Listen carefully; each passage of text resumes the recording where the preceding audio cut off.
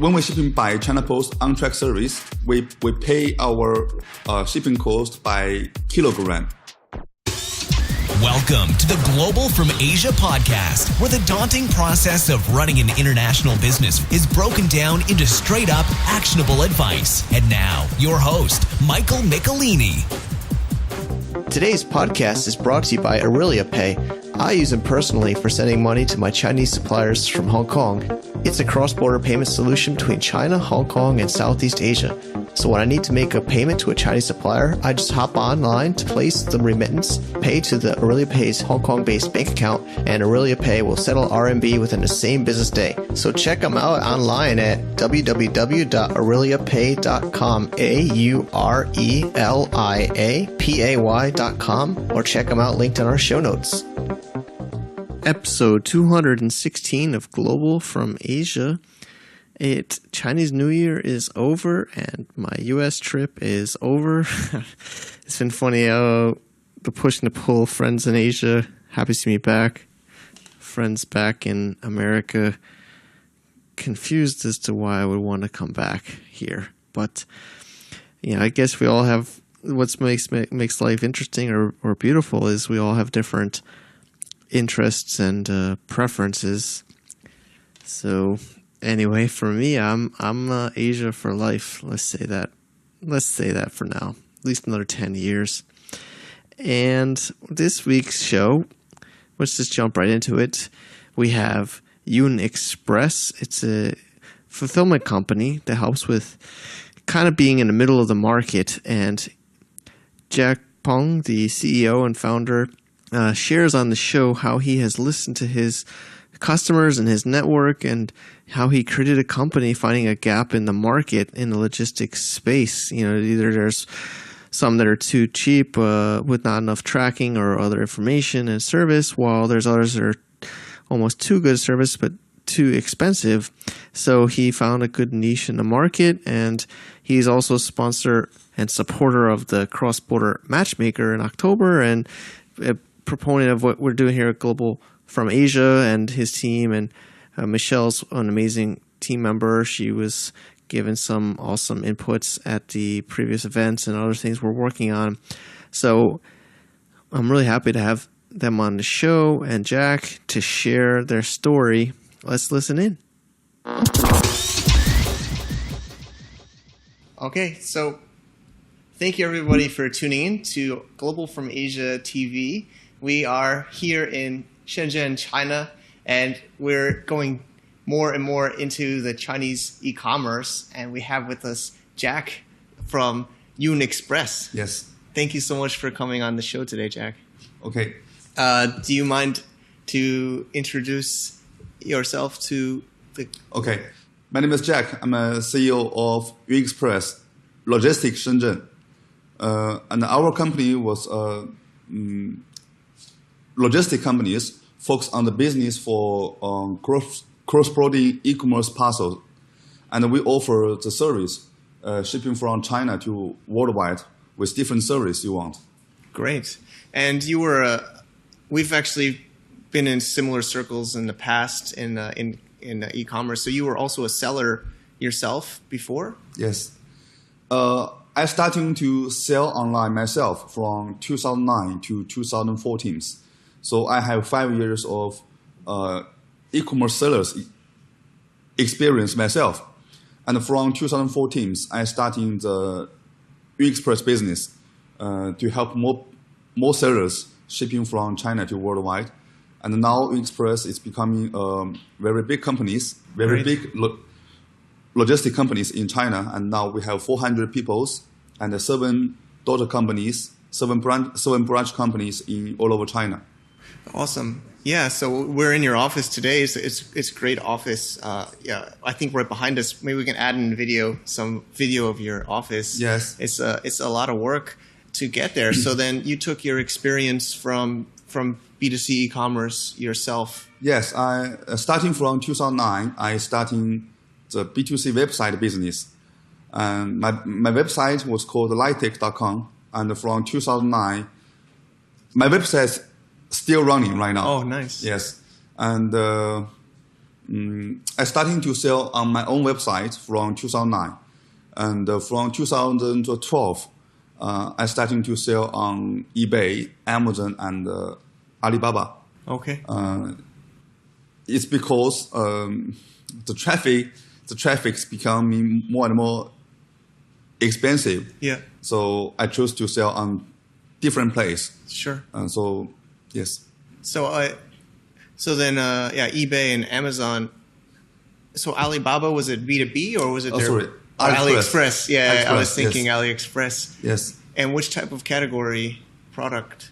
My company focuses on selling toys and hobbies, and home and garden products. Yes. Very cool. And so then, well, you're definitely expert on logistics now, but maybe back then, what type of logistics were you doing?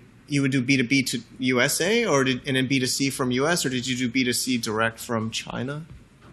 Always B2C. B2C from China. Yeah, B2C from China. Yeah, from 2009, when I started the business, I was working for big companies. Maybe so many customers on the website. It's a very famous company called DL Extreme. Oh, DL Extreme, yeah. Yes. DX.com. Yeah. I was working for DX in 2009, and they're very popular worldwide right now. Sorry, in the past. From 2009, we have only Hong Kong Post shipping from China to worldwide, because DX was only shipping from China to worldwide. They never do B2B to other countries first. Sure. They always do in B2C, directly shipment.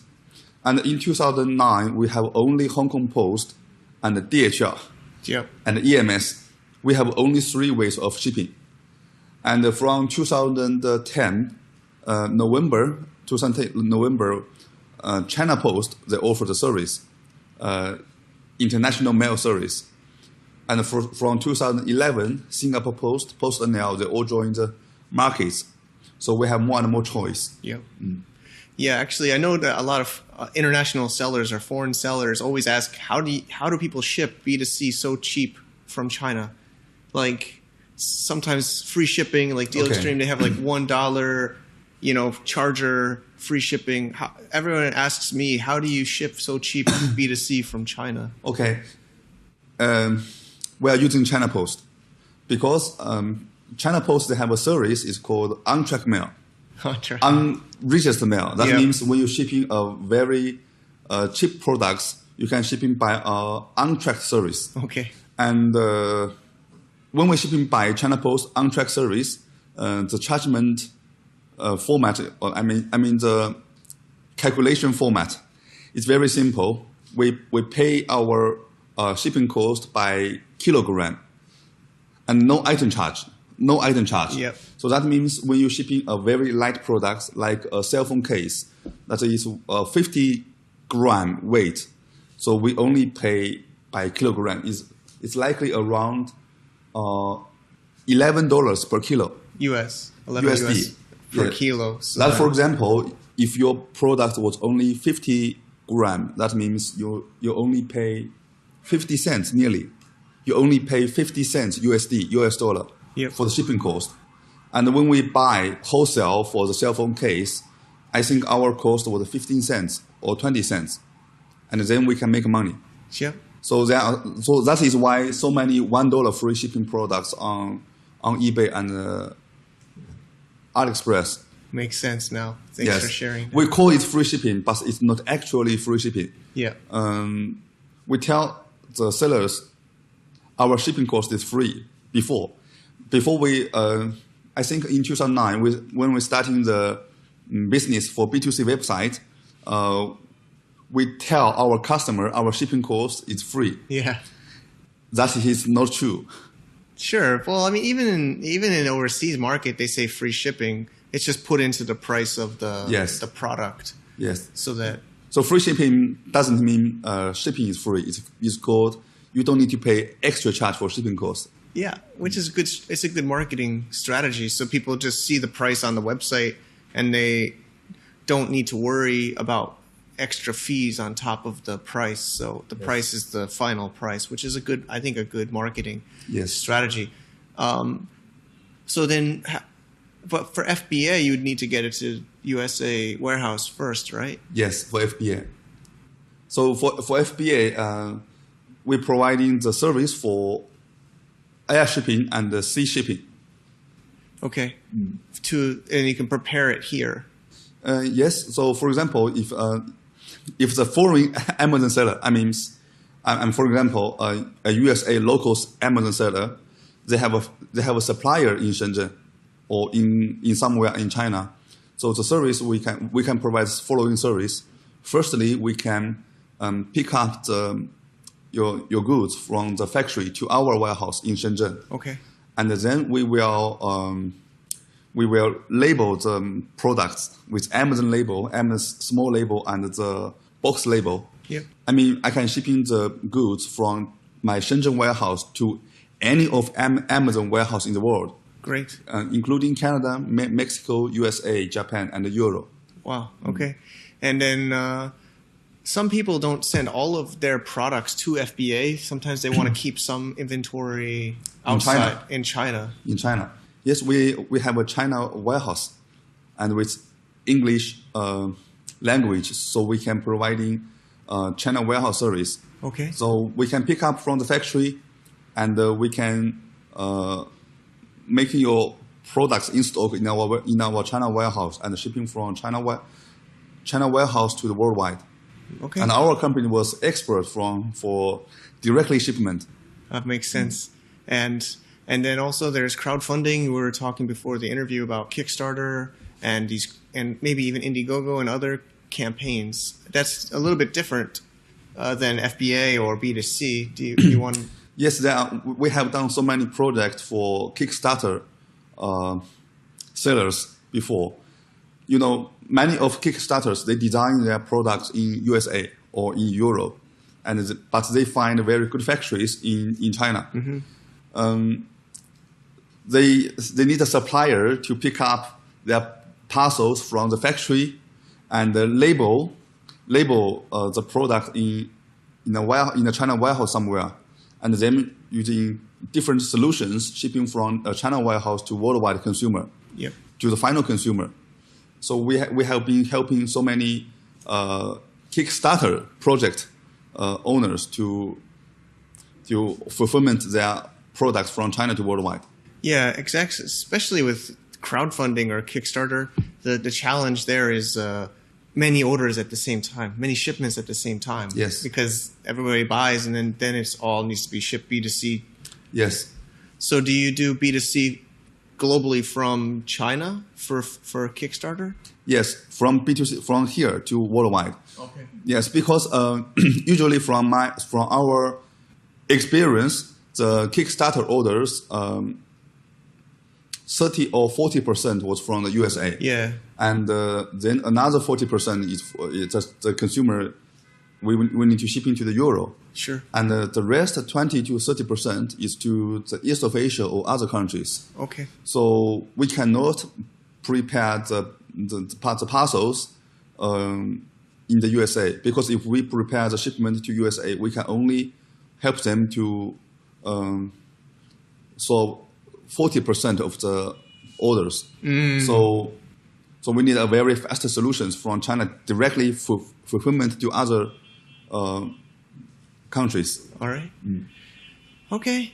So some people did say maybe they want that 40% USA to be sent to USA and then B2C from US, or you think 100% B2C? Should they maybe send their 30 to 40% US orders to a fulfillment in USA? Or actually, our solution for USA, we will do air freight shipment to USA first. Ah, right. And then we will using our USA warehouse dispatch for the USA. Got it. Yeah, so that's better. It's kind of like a transfer B2B2C yes, service. Exactly. So it's B2B. You B2B2C. send one package, and then B2C. We will do all the label work in China. For example, we will print the USPS label and FedEx labels in China already. We make all the labor work in China, and we were shipping air shipment to Los Angeles, and we will do a custom clearance in LA, and then we were directly asking USPS to pick up from our warehouse. Makes sense. So we have two warehouses, one in JFK and one in LA. Nice. Yeah, both Yes. sides of the US. Yes. And so we're talking about the logistics. So then I think just to summarize on the technical parts, I think their choices normally for e-commerce sellers is B2C from China direct. Yes. The other is FBA. FBA. And the other is crowdfunding, like the Kickstarter. Okay. Are there other types of options that B2C cross-border e-commerce that I think those are the main ones, or is there? So right now in China, for China local sellers, we have a joke. So we think for China local sellers, we said we only have two kind of seller platforms. One was Amazon, and the others are the same. Oh, okay. Because only Amazon they have FBA. True, it's true. And FBA was a very good service. We can FBA can providing 2-day service for most of countries, but for other seller platforms, we usually B2C directly shipment takes most percentage of the orders. Okay. And then probably from China B2C and then FBA from US. Yes. Maybe but you could also have people that do B2C from US, like a third party fulfillment. Like, could you have a warehouse? Yes, right you now, have an eBay, LA warehouse? Yes, right now eBay and Wish and Walmart.com, those platforms, they offer very good policy to encourage the sellers shipping from local. So more and more people, they keep their hot seller products making stock in USA or in Euro first. Makes sense. But for most of China sellers, they don't good at branding, and they still focus to sell many of categories of products. So they cannot prepare so many products in other countries. So B2C directly shipment still makes sense. So we talked a little bit about the technical logistics and some tips and insights for B2C sellers, e-commerce, cross-border e-commerce. Thanks for that, Jack. Now we're going to have more fun. We're going to talk a little bit about the story of the business and you as a person. So you said in 2014, you expanded from being a B2C seller yourself to actually starting this company, YunExpress, which is a logistics company. How did it start? When we're starting the business is my idea to starting up the YunExpress is from a dinner of conversation. So we have in the dinner there are so many big sellers. We are talking about the core advantage of a company. That means how can you make your company competitive in the coming years, in the future. Because when we have the dinner in 2014 February, all the big sellers on the table for dinner, they are very local China cross-border sellers. They are not good at branding the products and make the products have more value to sell a higher price to make more margins. All the big sellers in the dinner, they are eBay sellers. I see. AliExpress sellers. Yeah. So they sell so many SKUs, so many products, 10,000 or 100,000 products in SKU in the warehouse. So one point we make sense, we make a common sense is that logistics was very important, because we are sell the same products, and we are sell the same product. If we cannot control the logistic, we are not competitive, because we are not good at branding the products. Got it. So all the big sellers on the dinner,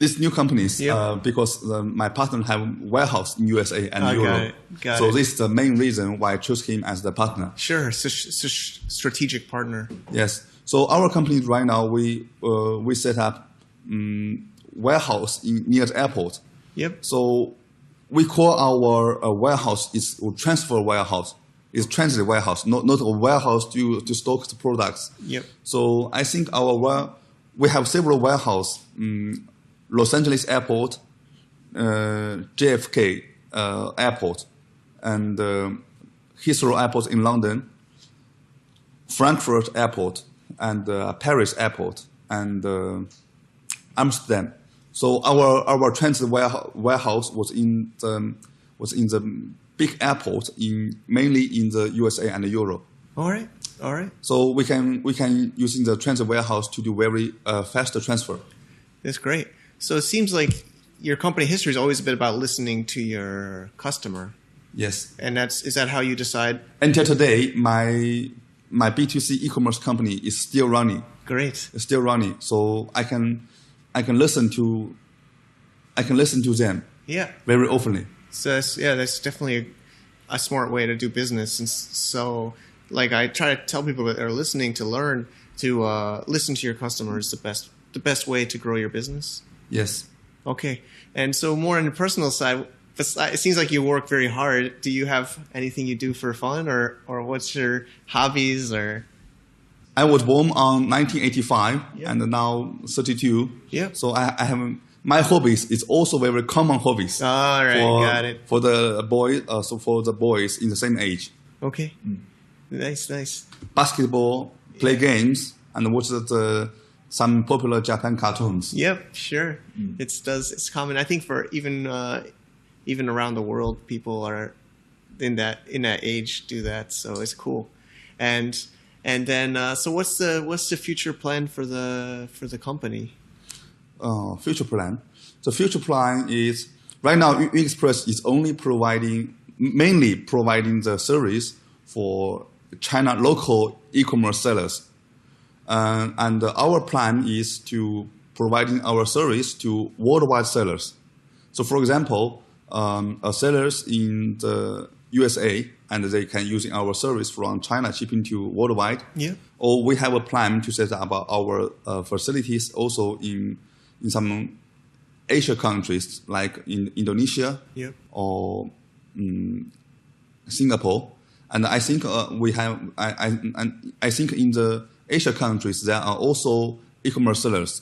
We can bring our solutions and our service from China to the new markets, because in the new markets there are more and more sellers like the China sellers. They will sell their local products to the worldwide. It's true. And I know in Southeast Asia, Lazada is popular. It's kind of like it's like AliExpress, or it's like FBA in Vietnam and other places in Southeast Asia. So that's also could be something to look at. I've been hearing many people talk about Lazada as a marketplace. No, I want to help for example, I want to help the Indonesia sellers. Sure. Can shipping from Indonesia to worldwide. Yes. Yeah, they're very. I see many artistic. I have a designer I work with in Indonesia. He's a very good graphic designer. He actually mailed me some gift. He makes crafts. They're very artistic. So it's great to help the local sellers there too. And so then how can people find out more? Is YunExpress.com? Yes. Is that the best way? Yes. Okay. Yes. And we will have an English official website in the middle of October. Okay. And we have a very professional sales team to providing service for foreign sellers. So in the future, if any of foreign sellers they want our service in China, they can contact us, YunExpress, from our English official website. Great, it's exciting. Thanks so much, Jack, for sharing, and Okay. and I appreciate it. Okay, thank you. thanks, Jack, and thank you for listening, everybody. Definitely check out YunExpress. They work with tons of Chinese sellers, Chinese businesses, and I know others that have been at our events and have heard of what they're up to have enjoyed his services. So it's worth checking them out. And they are building out their English website and English services for sellers and business owners around the world. And as we say here, going global from Asia. And as always, we have the show notes at globalfromasia.com/episode 216. Sorry, I'm a little bit low energy. My eyes are half open here as I am jet lagged still recording this intro. But we still keep these shows on track no matter what. We keep these Tuesdays, 10 a.m. Hong Kong time. And even when I was on the other side of the world, we stayed to schedule. The team is amazing. They're doing better than I ever was. We have Honeybell and Rhea and Mindy and Cheryl and Boban, our trustworthy editor, editing this show. As always, thanks, Boban, for that. And I know you're listening. This is your editing, but I think you also enjoy what we talk about here. And it's been great. I mean, it's how many years now I've been working with Boban and you guys listening and getting in a rhythm, making things happen. And so I am going to try to get over my jet lag and get back onto Asia business life. Have a great week, everybody. Thanks for listening. Cheers. To get more info about running an international business, please visit our website at www.globalfromasia.com. That's www.globalfromasia.com. Also, be sure to subscribe to our iTunes feed. Thanks for tuning in.